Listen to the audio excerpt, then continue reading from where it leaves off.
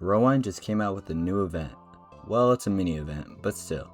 I originally wasn't going to make a video about it until someone said I should, so why not? This is going to be about me talking more about Epic Minigames rather than the event itself, because the quest is literally just to play Epic Minigames until you have 888 points. The prize that you get for finishing this is the 8-Bit Wonder Lights On hat. Look familiar? That's because it's just a black and white retexture of the 8-Bit Wonder hat, which I'm not complaining about in any way because it's still a decent looking item. What makes it especially unique though is that from the front, it's animated, which is a really cool aspect. I honestly didn't even notice it until I started playing some minigames for extra footage. But anyway, let's dive right in. If you've never played Epic Minigames, basically you play different minigames against others and you get points if you win. It sounds simple, but there's around 60 minigames to be chosen from, and they can be really fun, especially if it's your first time playing. This doesn't stop it from getting repetitive though, because although some minigames are fun, some can get boring fast. In my experience, I got the blue block building minigame more than any of the others, which I was starting to get sick of because it's so repetitive.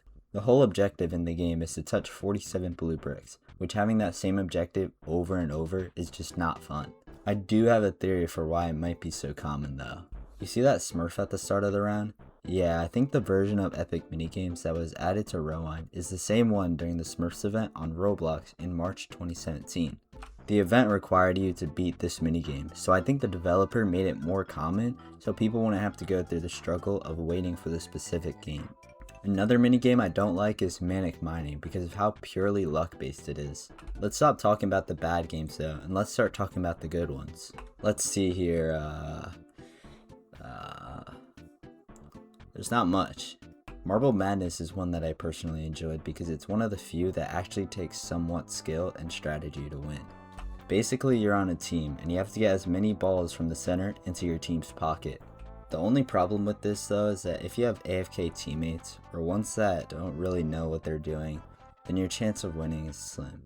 One minigame that I really like though is Paint to Perfection. It consists of everyone getting their own canvas and they have to copy the colors from a 4x4 large canvas in the center.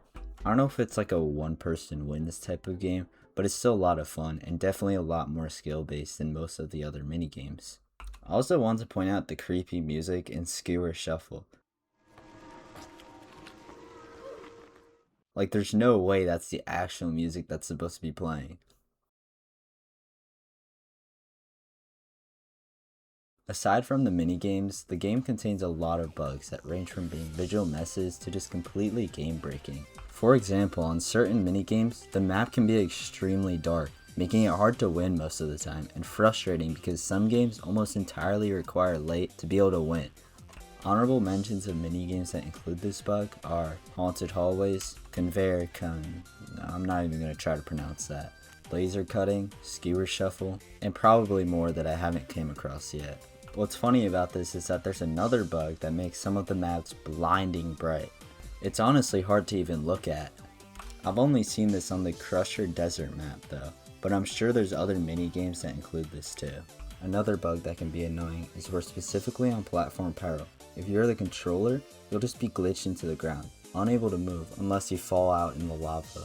On Compact or Crash, you'll experience the same thing when you go into a compartment, except this one isn't game breaking and you'll just be released after a few seconds. It still bothers me that you can't see what's going on outside of the tube, but then again, it's not game breaking, so you can't complain too much. So if you're currently trying to get this hat, then listen up, because I'm going to give you a tip that's going to save you a lot of time. It's simple, play solo. This makes it so you immediately win games that either require a controller or based on PvP. If it's a team-based game, then you're pretty much always the winner since you're going against no one. And if it's one of those games that only one person can win, then just finish the task and you're gonna win. Plus, if an RNG minigame pops up or any game that you don't want to waste your time on, then you can just reset and immediately queue the next one.